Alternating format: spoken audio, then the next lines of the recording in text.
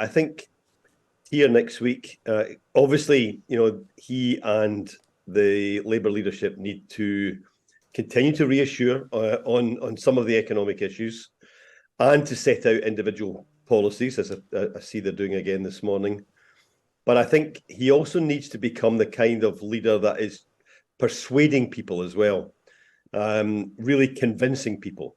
I don't often exclaim when I hear something political in the news, but as I was watching the result last night, I was absolutely gobsmacked by the size of the majority. I was there in the constituency last week. There was definitely a warm feeling.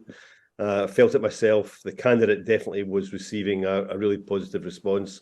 He's an excellent individual, by the way. He's going to be a terrific MP. I thought the tone of his acceptance speech last night was pitch perfect. But he was getting a warm reception. But I don't think anybody imagined that there would be a majority of around 10,000.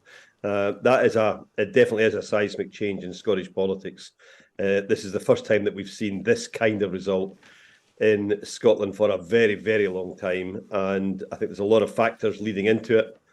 But it does show that the political contest in Scotland is back on again, and that can only be good for the country, not just good for the opposition, but really good for the country as well. That we have a proper, open political contest where ideas and alternatives are debated. And people are not just closed off by the whole result of identity politics. Nicky Morgan, how much do you think we should read into this? Because we know there was low voter turnout. I think it was around 37%. The defeated Conservative candidate, who indeed lost his deposit because the votes were so few, said that it was down to tactical voting. This was about just getting the SNP out rather than endorsing Labour. Is that sour grapes? Do you think it's true? How much should we read into it? I think this probably is quite a significant win.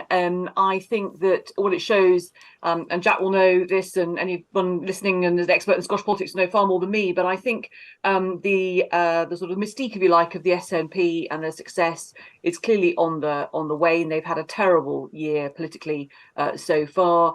And I think for many people trying to predict what's going to happen in the general election, it was always, Labour could do well, but they need to gain seats in Scotland. And clearly what this by-election shows is that is more than possible. And I think, in terms of tactical voting, clearly there were people who did switch their votes, including, I suspect, former Conservative voters who were so outraged by the SNP, the former First Leader, that actually they wanted to send a very clear message. Some of that will probably unwind at a general election, but I think this is, I think it's undeniable. This is a very good start for the Labour Party conference, which starts the weekend.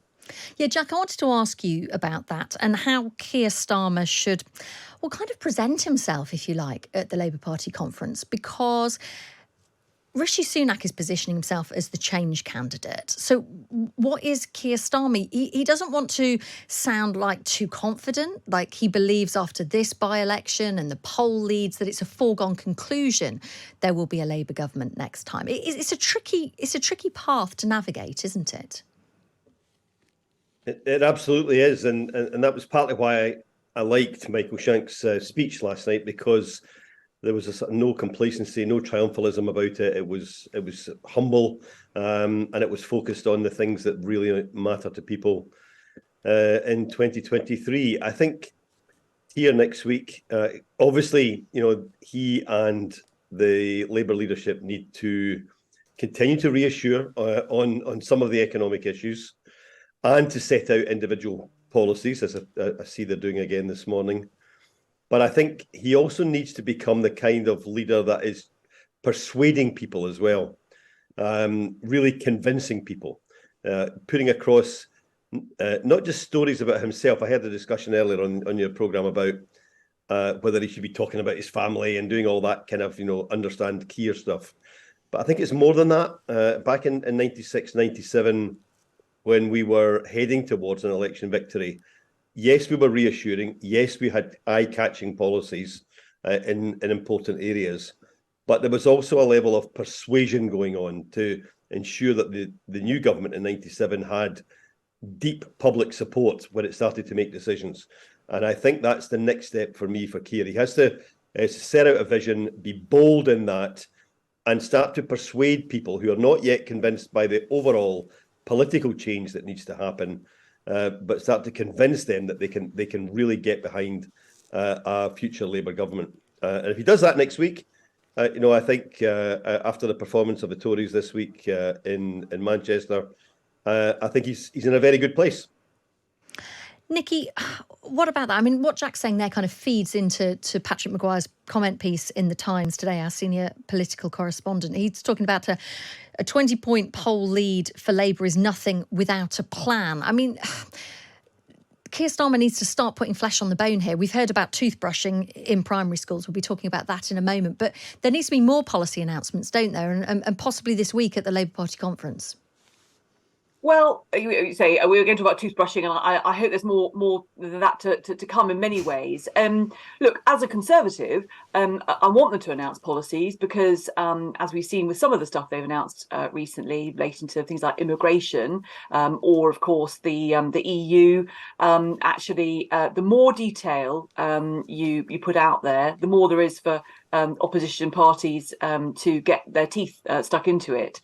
So I think it's a difficult thing for significant opposition parties hoping to be in government as to whether they put out too much detail and then get caught up in it, or whether you put out just enough. And I take Jack's point about, I think there's this desire, isn't there, always particularly I think for the media to say we want to know about the candidate, we want to know about the person, their background and story. I think the public are interested in that up to a point.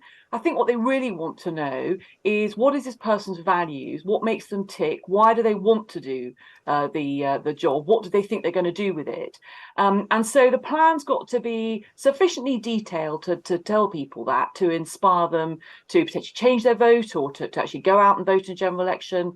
But not so detailed that actually, if you do reach government, then actually you're already in trouble because people have already pulled apart the detail. So really, it is a difficult balance to get right.